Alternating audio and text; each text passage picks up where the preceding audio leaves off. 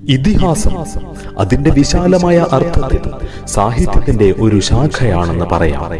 എന്നാൽ ലോക സാഹിത്യം പരിശോധിക്കുമ്പോൾ ഇതിഹാസം എന്ന വിഭാഗത്തിൽപ്പെടുന്ന കൃതികൾ ലോകത്തിലെ ഒരു രാജ്യത്തും രചിക്കപ്പെട്ടിട്ടില്ലെന്നു കാണാം. മഹാകാവ്യം എന്ന പേരിൽ അറിയപ്പെടുന്ന ബൃഹദാഖ്യാനങ്ങൾ മാത്രമേ ലോക സാഹിത്യത്തിൽ രചിക്കപ്പെട്ടിട്ടുള്ളൂ. ഹോമറിന്റെ ഇലിയഡും ഒഡീസിയുമാണ് അതിന് ഉദാഹരണങ്ങൾ. സംസ്കൃത സാഹിത്യത്തിൽ കാളിദാസന്റെ രഘുവംശവും കുമാരസംഭവവുമാണ് മഹാകാവ്യങ്ങൾ. മഹാകാവ്യങ്ങളല്ല ഇതിഹാസങ്ങൾ. യൂറോപ്പിന്റെ സാഹിത്യ സമുച്ചയത്തിൽ മഹാകാവ്യങ്ങളെയുള്ളൂ, ഇതിഹാസങ്ങളില്ല. വെർജിലിന്റെ ഈനീഡ്, ഡാന്റെയുടെ ഡിവൈൻ കോമഡി, ഗാഥയുടെ ഫൗസ്റ്റ്, മിൽട്ടന്റെ പാരഡൈസ് ലോസ്റ്റ് എന്നിവയും മഹാകാവ്യങ്ങൾ തന്നെ. പ്രാചീന ഭാരതീയ സാഹിത്യത്തിൽ മാത്രമാണ് ഇതിഹാസമെന്ന സാങ്കേതിക രചനാ രീതിയിൽ ഗ്രഥിക്കപ്പെട്ട കൃതികൾ കാണുന്നത്. അവയാകട്ടെ ആകെ 2 എണ്ണം മാത്രം: വാൽമീകിയുടെ രാമായണവും വ്യാസന്റെ മഹാഭാരതവും. ഇവയുടെ രചയിതാക്കളായ കവികൾ സാധാരണ സാഹിത്യകാരന്മാരെ പോലെ വെറും പ്രതിഭാശാലികൾ മാത്രമായിരുന്നില്ല, സന്യാസിമാരും മഹർഷിമാരും കൂടിയായിരുന്നു. ഇതിഹാസമെന്ന പദത്തിന്റെ നിഷ്പത്തിയും ആവിർഭാവവും എങ്ങനെയെന്ന് പരിശോധിക്കാം.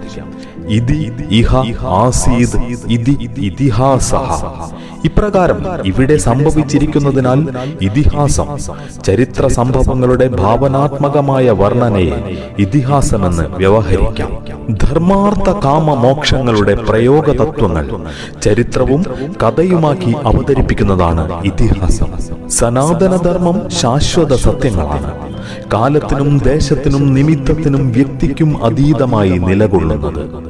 മനുഷ്യൻ അഹിംസ പാലിക്കണമെന്ന താത്വികോപദേശം ഇതിനുദാഹരണമാണ്. അത് കാലബദ്ധമല്ല, ഏതെങ്കിലും ദേശത്തിനു വേണ്ടിയുള്ളതല്ല, സവിശേഷമായ നിമിത്തം കൊണ്ട് പാലിക്കേണ്ടതല്ല, ഏതെങ്കിലും പ്രത്യേക വ്യക്തിയെ ഉദ്ദേശിച്ച് അനുശാസിച്ചിട്ടുള്ളതുമല്ല, മനുഷ്യന്റെ ഭൗതിക വിജ്ഞാനത്തെ ആശ്രയിച്ച് നിൽക്കുന്നതുമല്ല. ഭാരതത്തിലെ ക്രാന്തദർശികളായ ഋഷിമാർ സംസ്കാരത്തിന്റെ ആരംഭദശയിൽ തന്നെ ഒരു പ്രപഞ്ചശാസ്ത്രത്തിന് രൂപം നൽകിയിരുന്നു. അതിൽ പ്രപഞ്ചത്തിന്റെ ഉൽപ്പത്തി, വളർച്ചാ, വികാസം, പരിണാമം, തിരോഭാവം എന്നിവയെപ്പറ്റി പിന്നീട് തിരുത്തേണ്ടതില്ലാത്ത ചില തത്വങ്ങൾ ഉൾക്കൊള്ളുന്നു. പ്രപഞ്ചം ആദിയിൽ ഒരു ഒറ്റമൂല വസ്തുവായിരുന്നു. ഒറ്റമൂല വസ്തുവാണ് അനന്തമായ വസ്തുവൈവിധ്യങ്ങളായി നഗ്ന ദൃഷ്ടിക്ക് വിഷയീഭവിച്ചിരിക്കുന്നത്. പൂർണമായ വികാസത്തിനു ശേഷം ഇക്കാണായ സമസ്ത വൈവിധ്യങ്ങളും ആദിമമായ ആ ഒറ്റമൂല വസ്തുവിൽ ലയിക്കും. പ്രപഞ്ചത്തിന്റെ ആവിർഭാവ തിരോഭാവങ്ങൾ ചാക്രികമായി ആവർത്തിച്ചുകൊണ്ടേയിരിക്കും.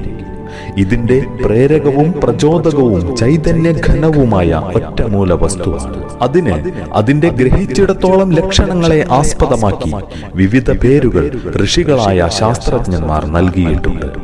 പരബ്രഹ്മം, പരമാത്മാവ്, പരം, ആദിധാമം, ഇങ്ങനെ അനവധിയാണ് അത്തരം പേരുകൾ.